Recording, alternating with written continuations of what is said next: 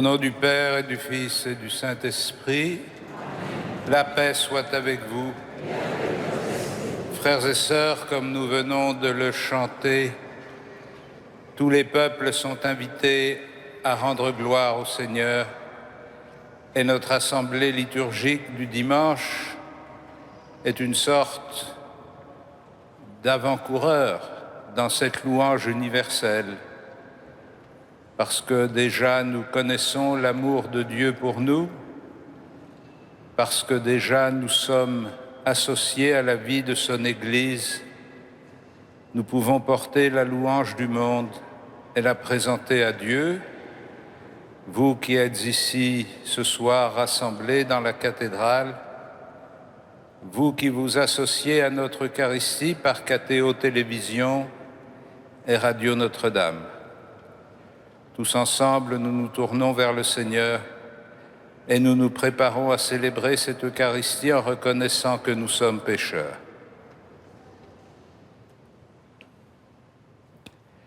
Je confesse à Dieu Tout-Puissant, je reconnais devant mes frères que j'ai péché en pensée, en parole, par action et par omission. Oui, j'ai vraiment péché. C'est pourquoi je supplie la Vierge Marie, les anges et tous les saints, et vous aussi, mes frères, de prier pour moi, le Seigneur notre Dieu, et que Dieu Tout-Puissant nous fasse miséricorde, qu'il nous pardonne nos péchés et nous conduise à la vie éternelle.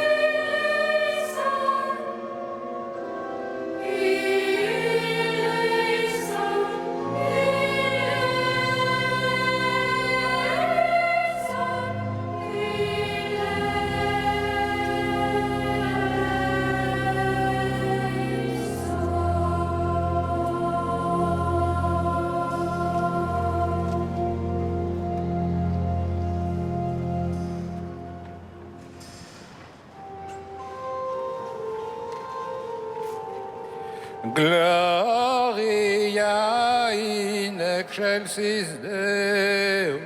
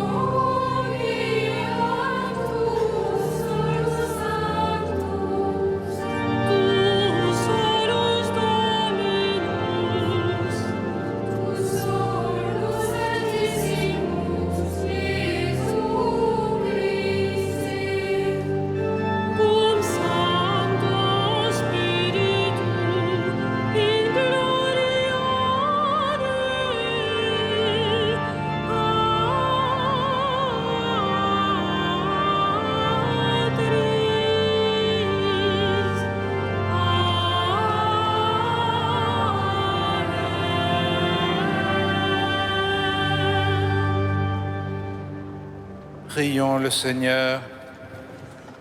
Seigneur, tu as voulu que toute la loi consiste à t'aimer et à aimer son prochain. Donne-nous de garder tes commandements et de parvenir ainsi à la vie éternelle par Jésus-Christ, ton Fils, notre Seigneur et notre Dieu, qui vit et règne avec toi et le Saint-Esprit maintenant et pour les siècles des siècles.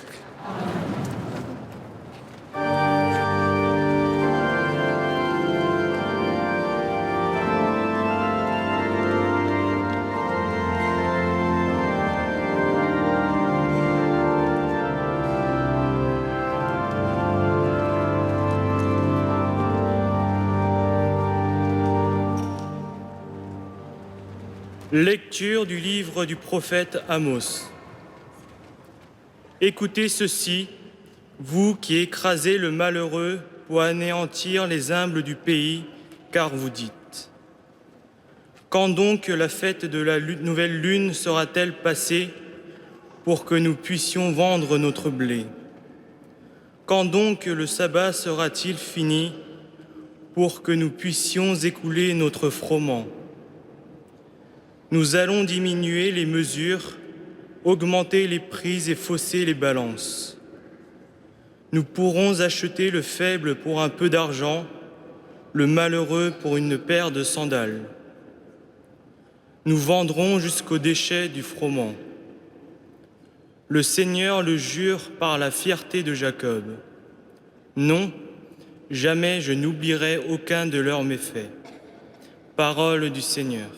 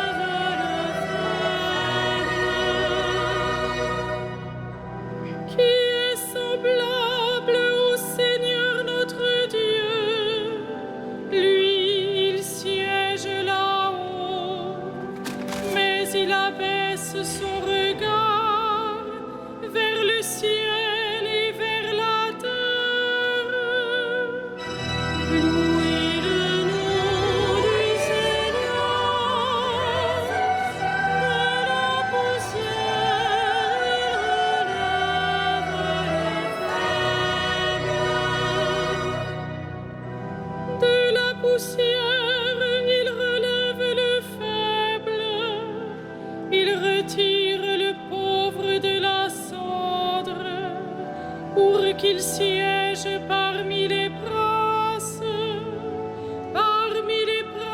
de son peuple.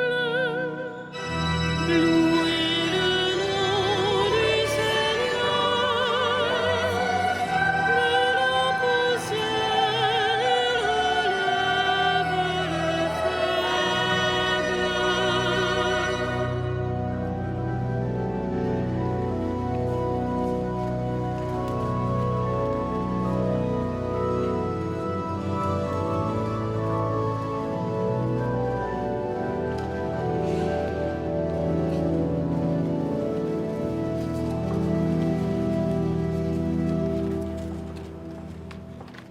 Lecture de la première lettre de saint Paul apôtre à Timothée. Bien-aimé, j'encourage avant tout à faire des demandes, des prières, des intercessions et des actions de grâce pour tous les hommes, pour les chefs d'État et tous ceux qui exercent l'autorité, afin que nous puissions mener notre vie dans la tranquillité et le calme, en toute piété et dignité. Cette prière est bonne et agréable à Dieu notre Sauveur, car il veut que tous les hommes soient sauvés et parviennent à la pleine connaissance de la vérité. En effet, il n'y a qu'un seul Dieu. Il n'y a aussi qu'un seul médiateur entre Dieu et les hommes. Un homme, le Christ Jésus, qui s'est donné lui-même en rançon pour tous. Au temps fixé, il a rendu ce témoignage, pour lequel j'ai reçu la charge de messager et d'apôtre. Je dis vrai, je ne mens pas. Moi qui enseigne aux nations la foi et la vérité.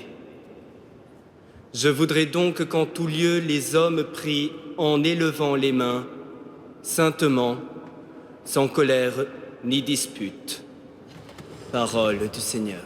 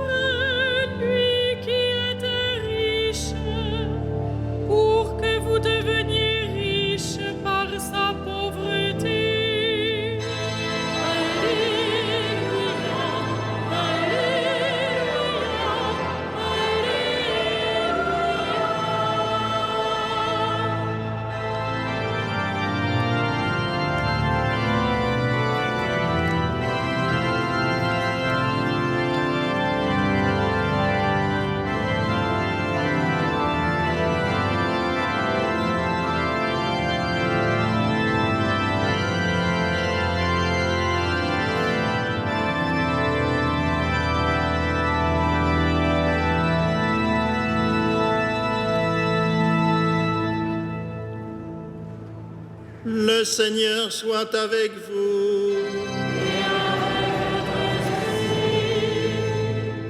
Évangile de Jésus-Christ selon saint Luc.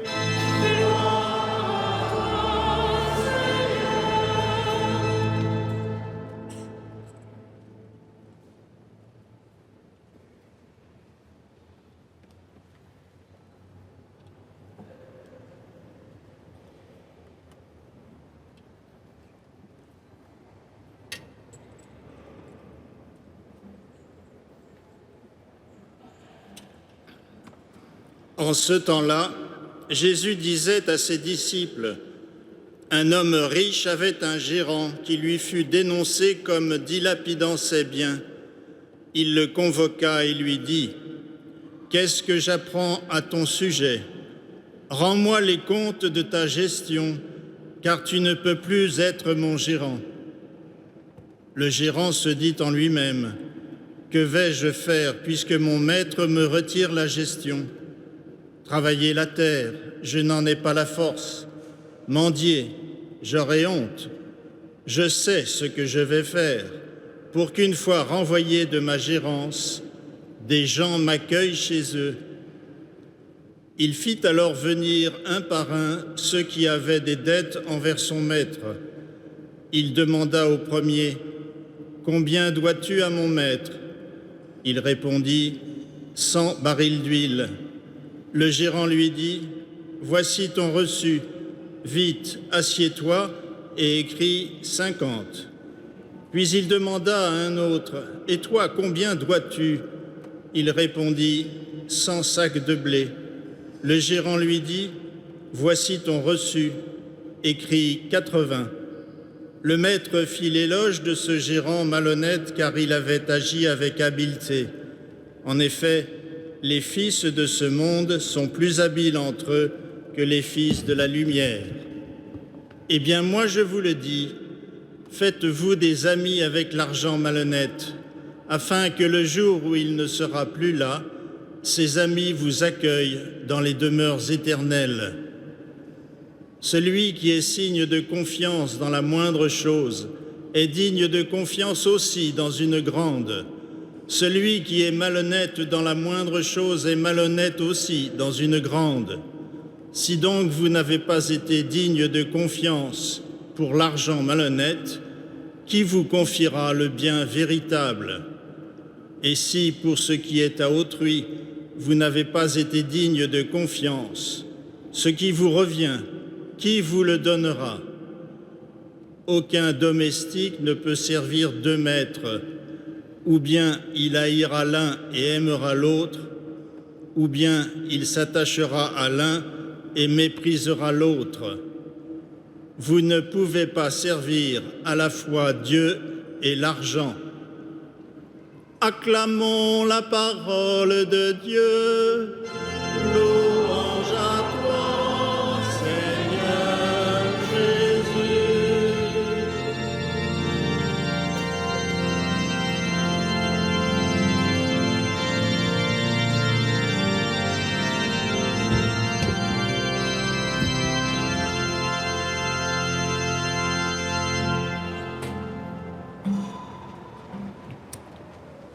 Frères et sœurs, il ne viendrait à l'idée de personne, pas à nous en tout cas, que l'intention du Christ en racontant cette parabole était de faire la promotion de la malhonnêteté ou de la débrouillardise. Et comme c'est souvent le cas dans les paraboles, il faut suivre le récit, se laisser conduire et aller directement à l'enseignement qu'elle veut donner. Vous ne pouvez pas servir à la fois Dieu et l'argent.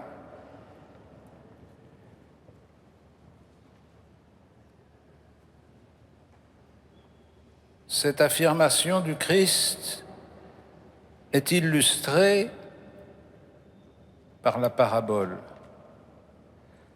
car il veut nous montrer comment un homme malhonnête est capable de mobiliser de l'intelligence, de l'ingéniosité, du savoir-faire pour se tirer d'un mauvais pas. C'est ce qu'il appelle les enfants de ce monde, qui sont plus habiles entre eux que les fils de la lumière. Et s'il nous cite cet exemple, et s'il en fait d'une certaine façon l'éloge, c'est pour nous stimuler, nous, fils de la lumière, à comprendre que nous devons mettre autant d'intelligence, d'inventivité, de savoir-faire, non pas dans la gestion économique du monde, mais dans la gestion de nos relations avec Dieu.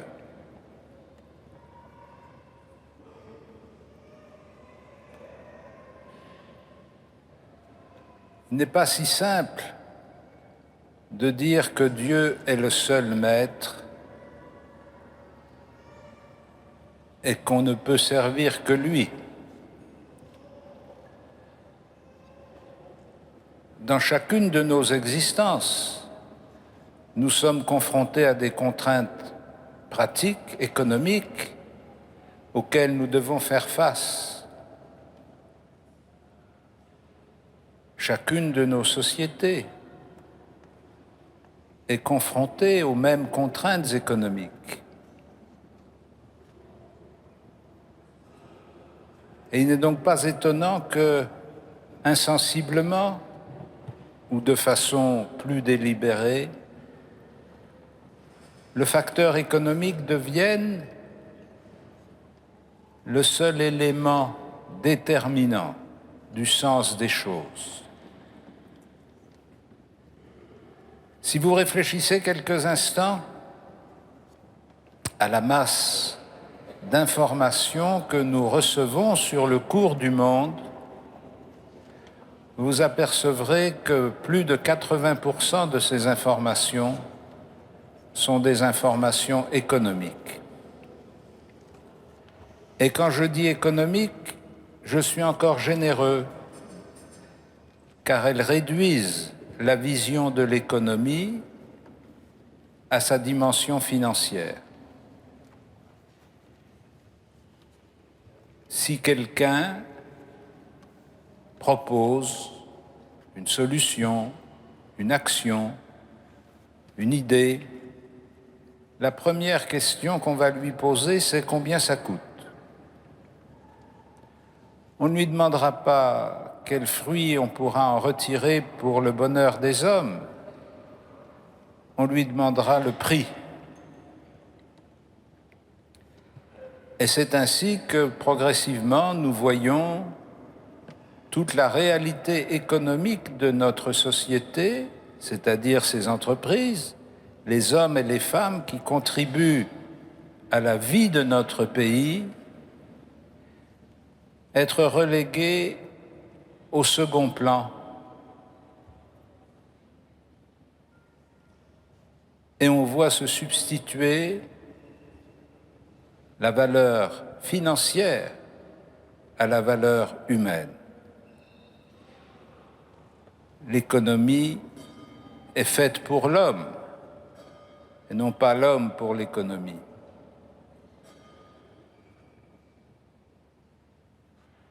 C'est une façon comme une autre de reconnaître que l'argent est devenu maître de notre société et de notre monde. Et c'est contre cette suprématie de la financiarisation et de l'argent que l'Évangile nous invite à nous élever, non pas pour être bêtement opposés à des préoccupations économiques, mais pour avoir de l'économie une vision intégrale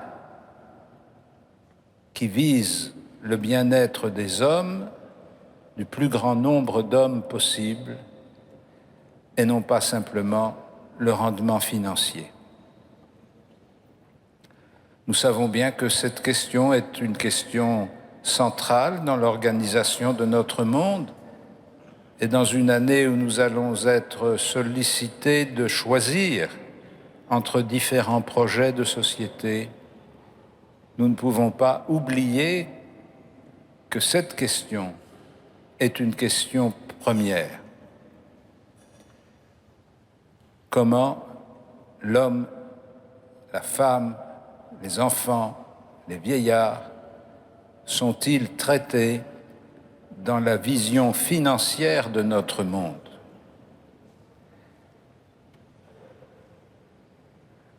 Mais la domination de l'argent n'est pas seulement un phénomène collectif et anonyme, c'est aussi un phénomène qui nous touche personnellement.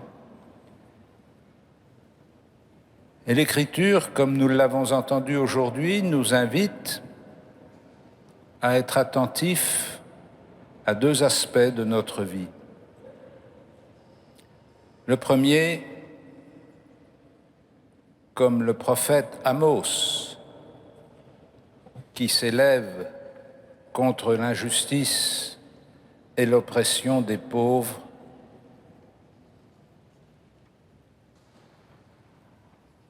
nous sommes invités à nous interroger sérieusement sur notre manière d'être en relation avec les pauvres de notre monde. Évidemment, les pauvres qui sont les plus proches, ceux que nous connaissons, ceux que nous pouvons voir si nous ne détournons pas les yeux, mais plus largement, les pauvres de notre univers. Si nous sommes dominés par le désir d'augmenter sans cesse nos possessions et nos sécurités financières, il ne nous reste d'autre solution que de fermer notre société à l'irruption des pauvres.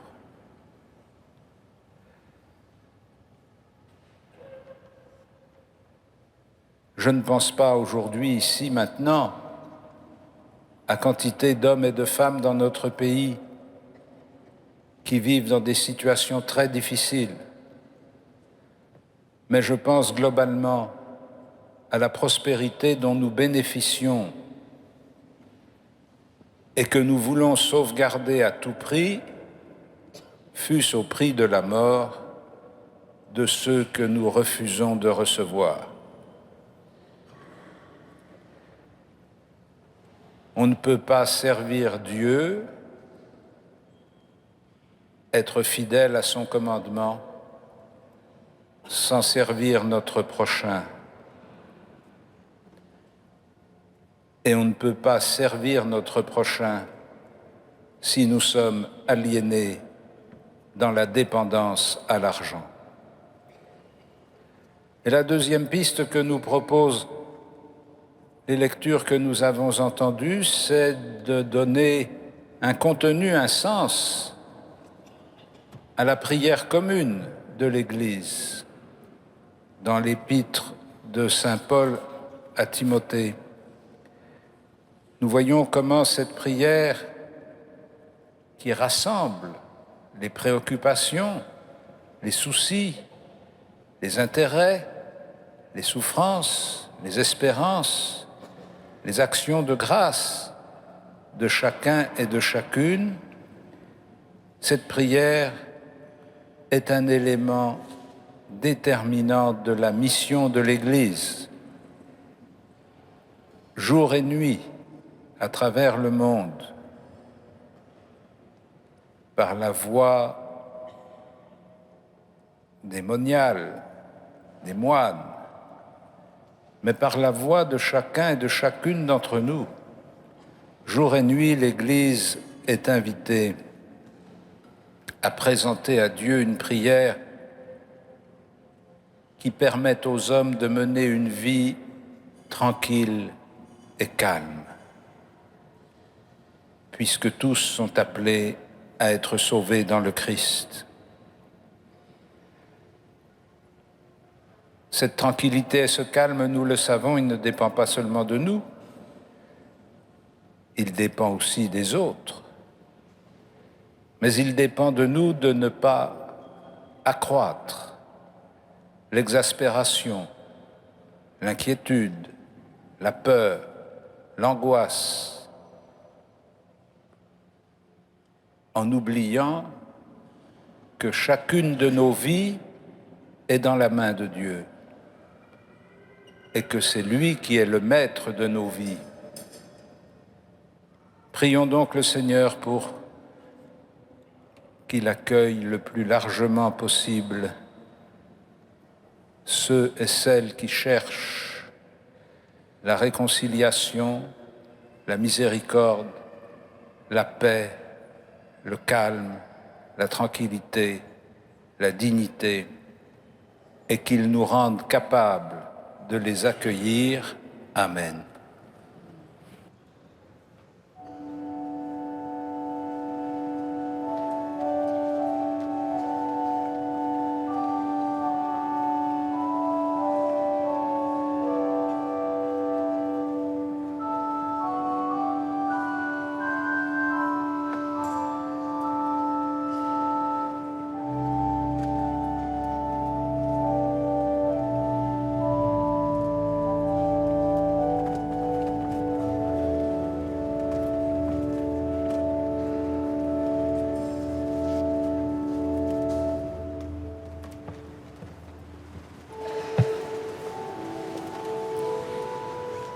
Credo in unum Deum,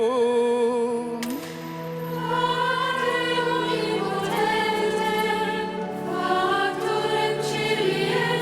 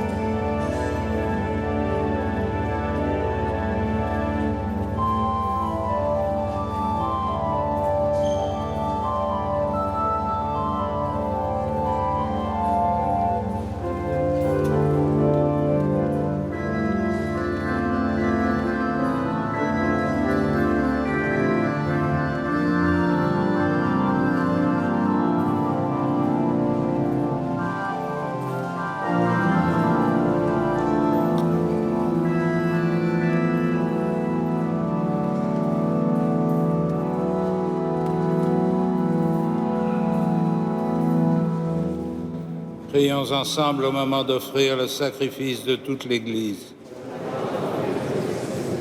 Seigneur, reçois favorablement les offrandes de ton peuple pour qu'il obtienne dans le mystère eucharistique les biens auxquels il croit de tout son cœur, par Jésus le Christ, notre Seigneur.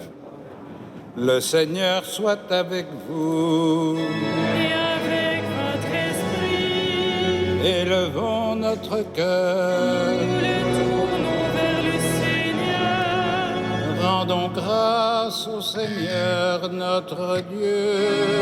Cela est juste et bon. Vraiment, il est juste et bon de te rendre gloire, de t'offrir notre action de grâce toujours et en tout lieu. À toi, Père très saint, Dieu éternel et tout-puissant, par le Christ notre Seigneur. En naissant parmi les hommes, il les appelle à renaître. En souffrant sa passion, il a supprimé nos fautes. Par sa résurrection d'entre les morts, il donne accès à la vie éternelle. Et par son ascension auprès de toi, notre Père, il nous ouvre le ciel. C'est pourquoi, avec tous les anges et tous les saints, nous chantons l'hymne de ta gloire, et sans fin nous proclamons.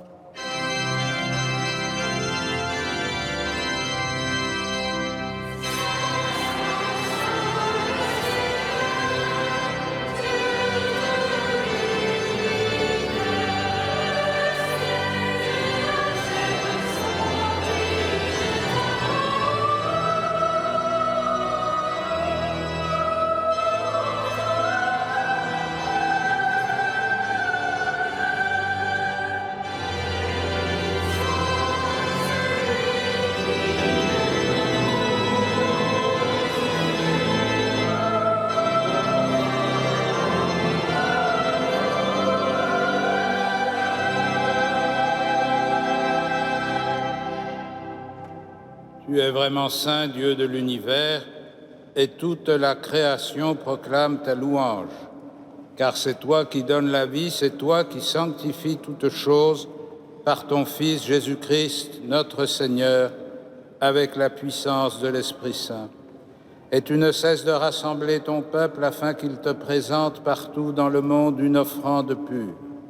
C'est pourquoi nous voici rassemblés devant toi, et dans la communion de toute l'Église, en ce premier jour de la semaine, nous célébrons le jour où le Christ est ressuscité d'entre les morts. Par lui que tu as élevé à ta droite, Dieu Tout-Puissant, nous te supplions de consacrer toi-même les offrandes que nous apportons. Sanctifie-les par ton Esprit pour qu'elles deviennent le corps et le sang de ton Fils, Jésus-Christ, notre Seigneur, qui nous a dit de célébrer ce mystère. La nuit même où il fut livré, il prit le pain. En te rendant grâce, il le bénit, il le rompit et le donna à ses disciples en disant « Prenez et mangez-en tous. Ceci est mon corps livré pour vous. »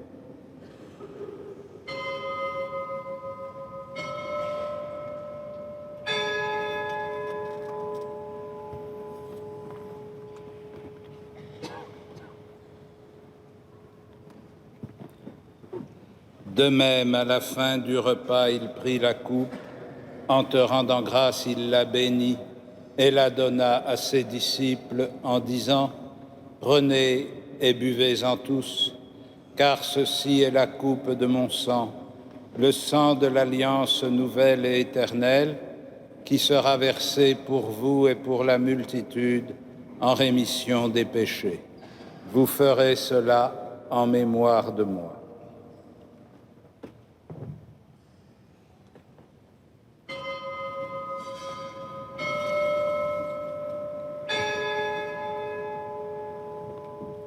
Il est grand le mystère de la foi. Nous proclamons ta mort, Seigneur Jésus.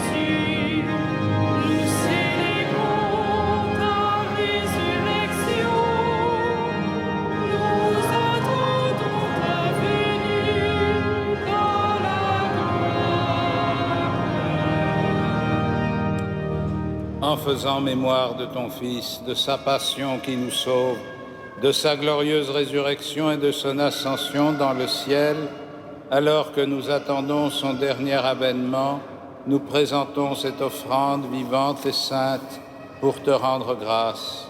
Regarde, Seigneur, le sacrifice de ton Église et daigne y reconnaître celui de ton Fils qui nous a rétablis dans ton alliance.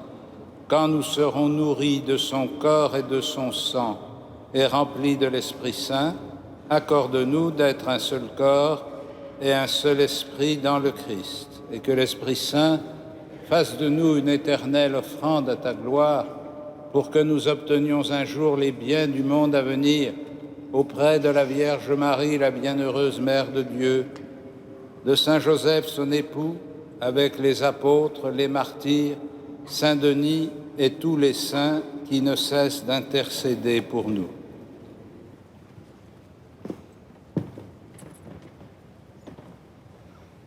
Et maintenant, nous te supplions, Seigneur, par le sacrifice qui nous réconcilie avec toi, étends au monde entier le salut et la paix. Affermis la foi et la charité de ton Église au long de son chemin sur la terre. Veille sur ton serviteur, le pape François, et notre évêque André, ses auxiliaires, l'ensemble des évêques, les prêtres, les diacres et tout le peuple des rachetés. Écoute les prières de ta famille assemblée devant toi et ramène à toi, Père très aimant, tous tes enfants dispersés.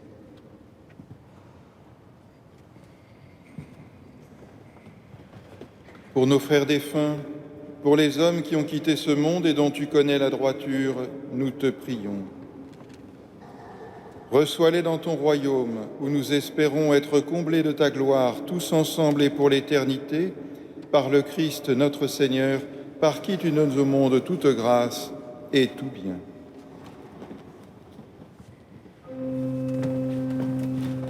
Par lui, avec lui et en lui.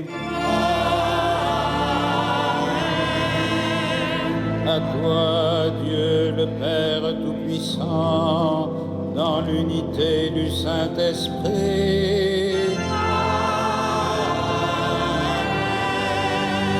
Tout honneur et toute gloire pour les siècles des siècles.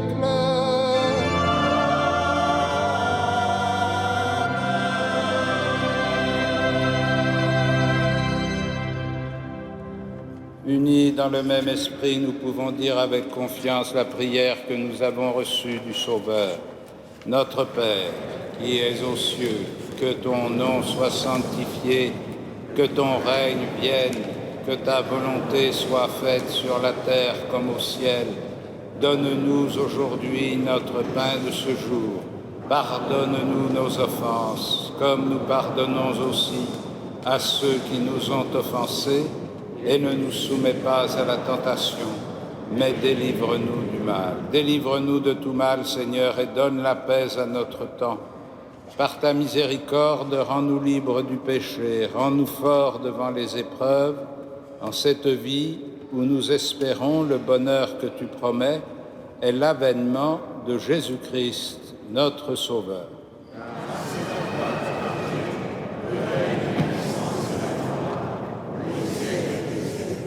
Seigneur Jésus-Christ, tu as dit à tes apôtres, « Je vous laisse la paix, je vous donne ma paix. » Ne regarde pas nos péchés, mais la foi de ton Église.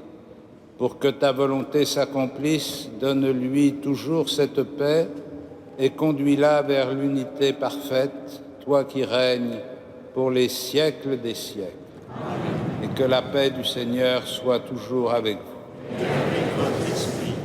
Frères et sœurs, dans la charité du Christ, donnez-vous la paix.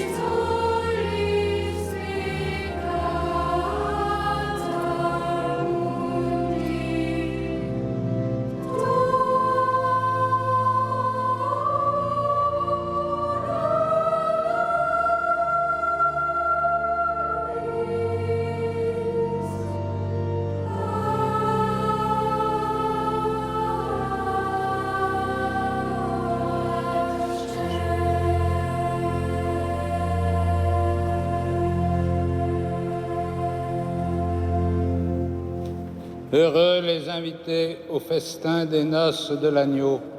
Voici l'agneau de Dieu qui enlève le péché du monde. Seigneur, je ne suis pas digne de te recevoir, mais dis seulement une parole et je serai guéri.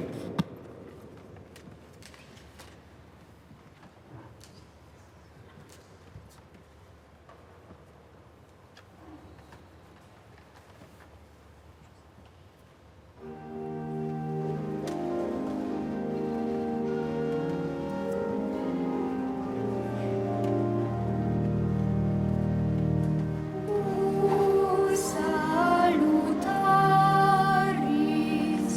salutaris.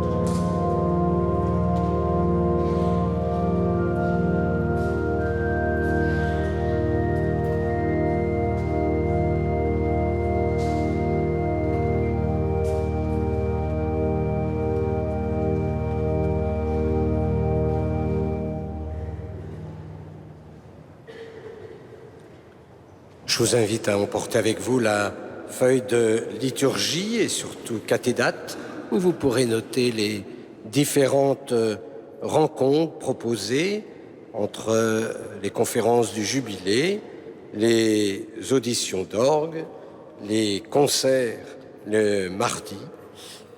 Et nous avons eu la joie d'entendre justement la maîtrise, mais là c'était le chœur d'enfants et nous les remercions pour la beauté et donc nous avoir aidés à monter un petit peu plus vers le Seigneur. Donc un grand merci.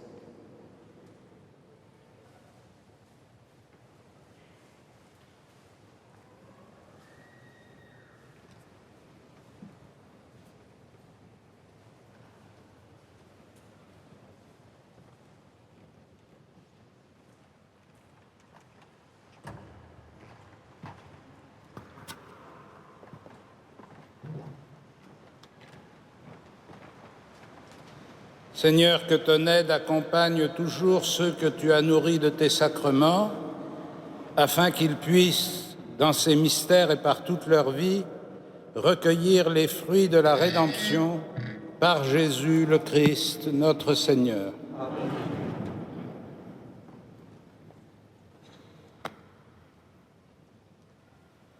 Le Seigneur soit avec vous. Et avec votre esprit. Que Dieu Tout-Puissant vous bénisse, le Père, le Fils et le Saint-Esprit. Amen.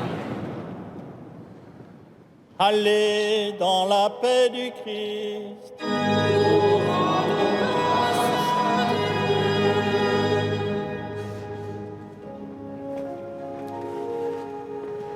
Salve Regina.